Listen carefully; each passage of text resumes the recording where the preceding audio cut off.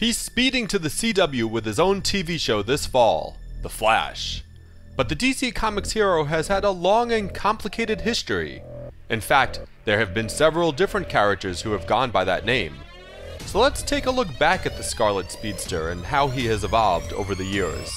As always, we've got spoilers from the comics here. Here's everything you need to know about The Flash.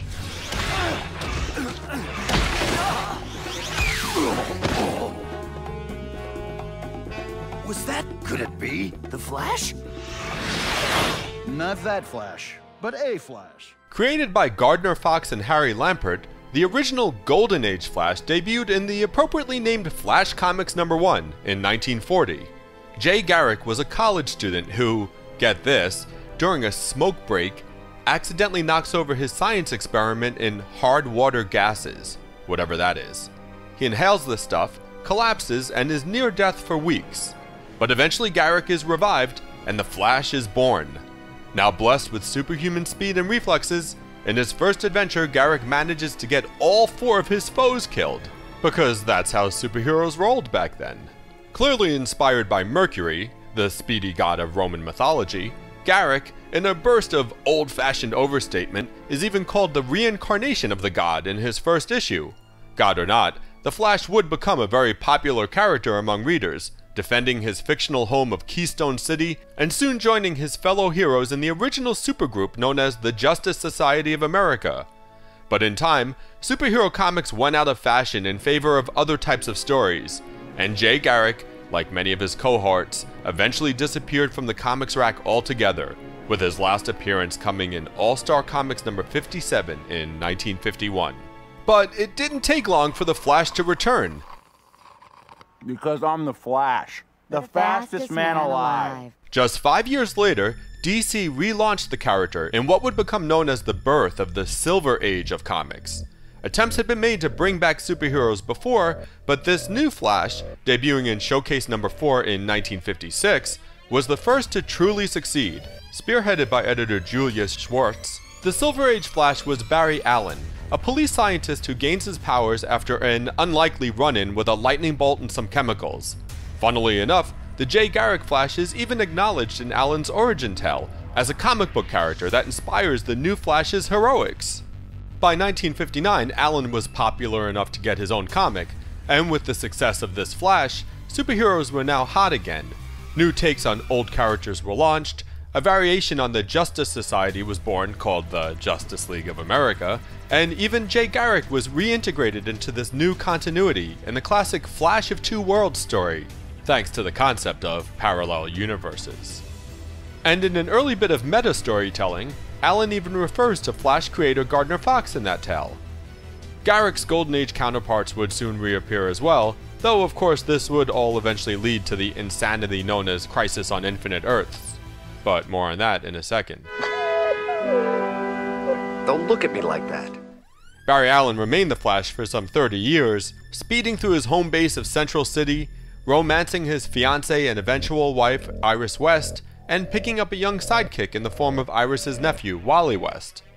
Finding himself in the incredibly unlikely situation of also getting powers from a lightning and chemical bath, Wally became Kid Flash.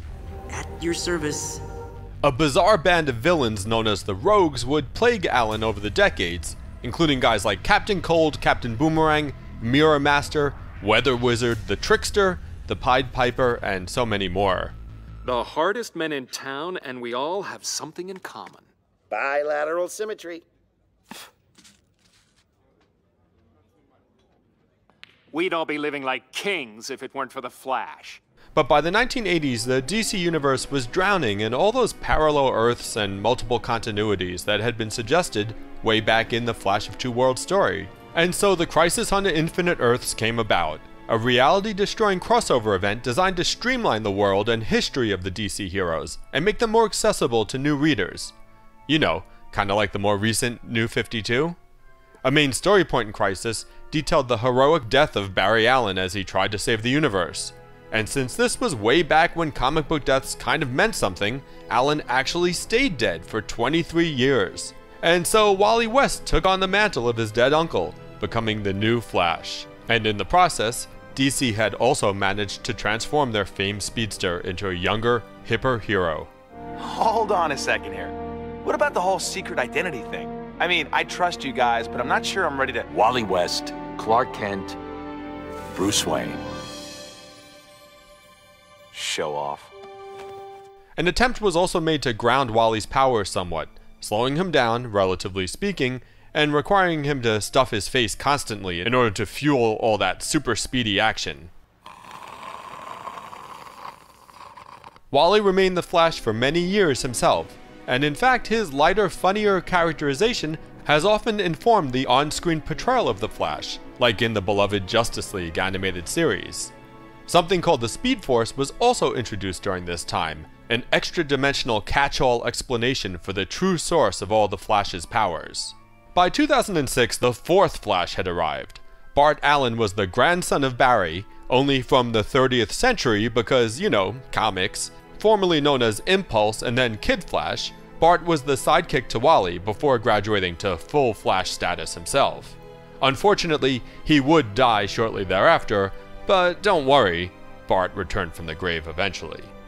As did his granddad Barry, who'd been dead ever since Crisis but finally returned in 2008 and 2009's Final Crisis and the Flash Rebirth stories. Turns out he'd been trapped in the Speed Force all those years, or something, which might have had fans crying foul if DC didn't go and reboot everything again just 2 years later with their new 52 continuity crunch, where Barry is once again the main Flash. But hey, that's comics for you. And in any case, these varied and crazy Flash tales provide a plethora of storylines for the new TV series to draw from, not to mention the character's inevitable launch on the big screen, because you gotta figure that'll be here before you know it too. You might even say it's coming in a flash.